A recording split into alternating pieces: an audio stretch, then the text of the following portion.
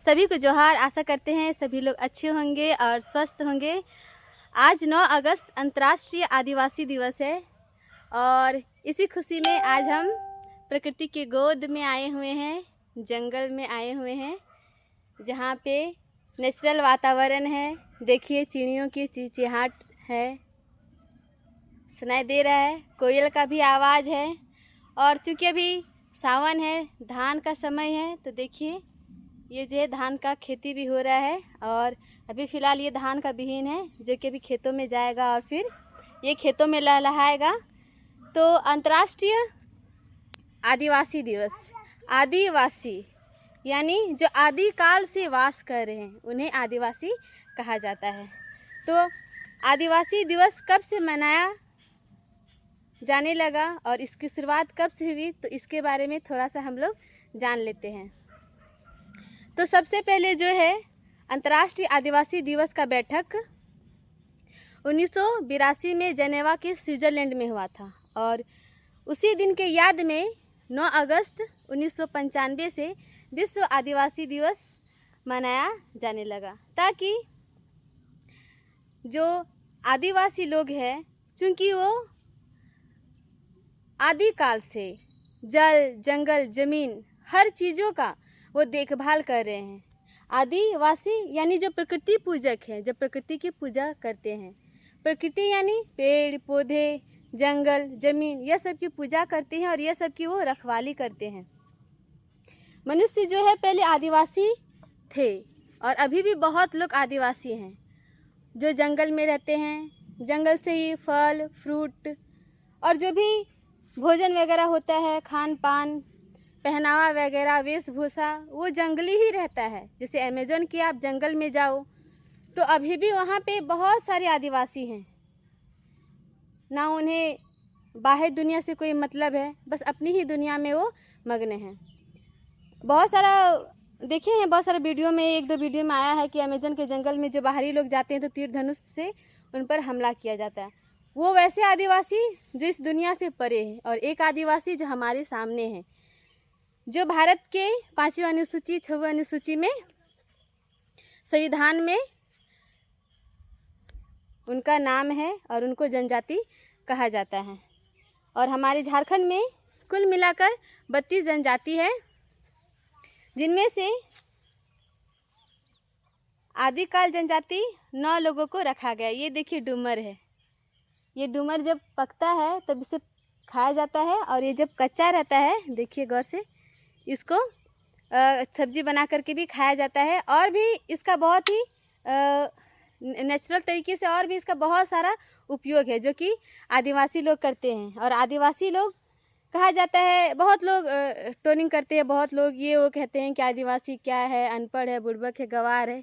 तो ये कहना ही बहुत ही गलत बात है और जो ऐसा कहते हैं उनको ऐसा नहीं कहना चाहिए, क्योंकि आदिवासी है जो जंगल को बचाते हैं। जंगल यानी हमें और आपको बचाते हैं, क्योंकि आदिवासी है जो जंगल में रहते हैं और जंगल में पेड़ पौधे वगैरह लगाते हैं।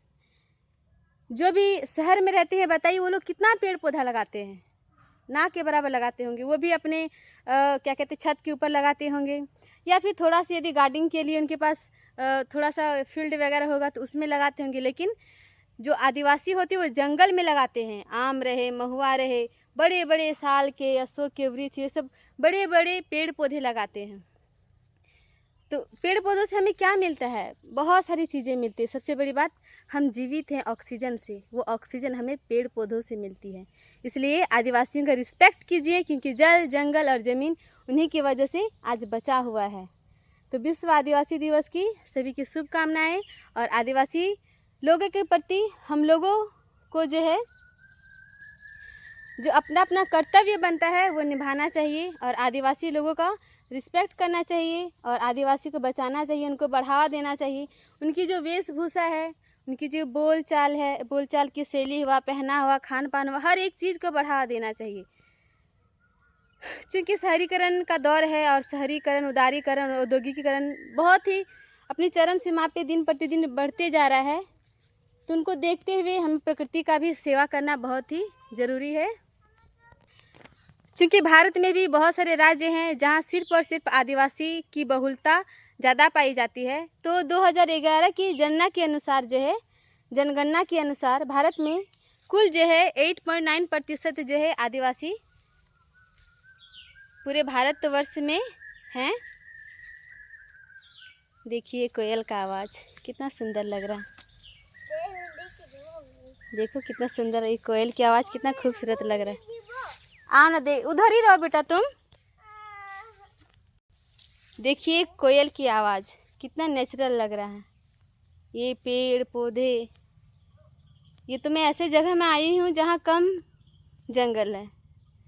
बाकी जहाँ जैसे झारखंड में जो है सारंडा का वन जो घनघोर जंगल वाला है, अमेजन का वन जो है अपनी भागीदारी पूरे विश्व स्तर में रखता है यहाँ का संतुलन बनाए रखने के लिए,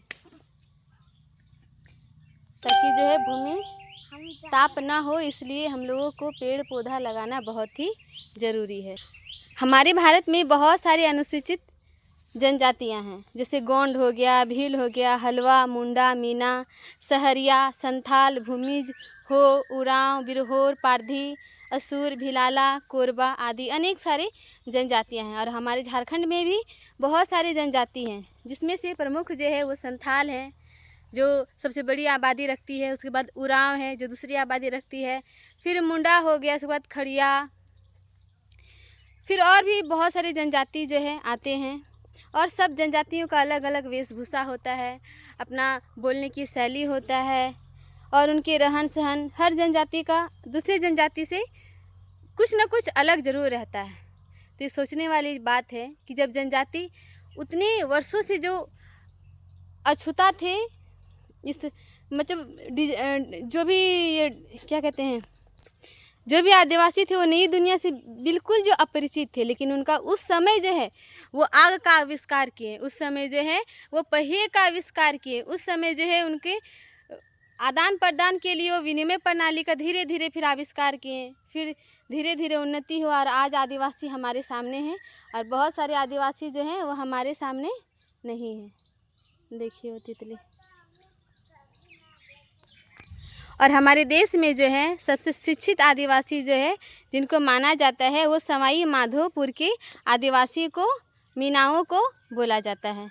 तो विश्व आदिवासी दिवस की सभी को शुभकामनाएं। और आदिवासियों के प्रति हमारा हृदय जो है वो कोमल होना चाहिए और उनकी भाषा, शैली, वेशभूषा, परिधान, संस्कार, संस्कृति हर चीज़ों में हमारा योगदान होना चाहिए, ताकि आदिवासी हमारे सामने रहे और हर एक चीज़ उनका बचा रहे, ताकि हमारे पूर्वज भी देखें और हम लोग भी देखें, हमारे पूर्वज देखें और हम लोग भी देखें, और हमारे आने वाली पीढ़ी वो भी आदिवासी से परिचित हो और उनकी वेशभूषा से लिए हर कुछ बचा रहे। और बस इन्हीं सभी शब्दों से मैं अपनी वाणी को और वीडियो को समाप्त करती हूँ। जोहार, जय झारखंड, जय आदिवासी, जय हिंद, वंदे मातरम।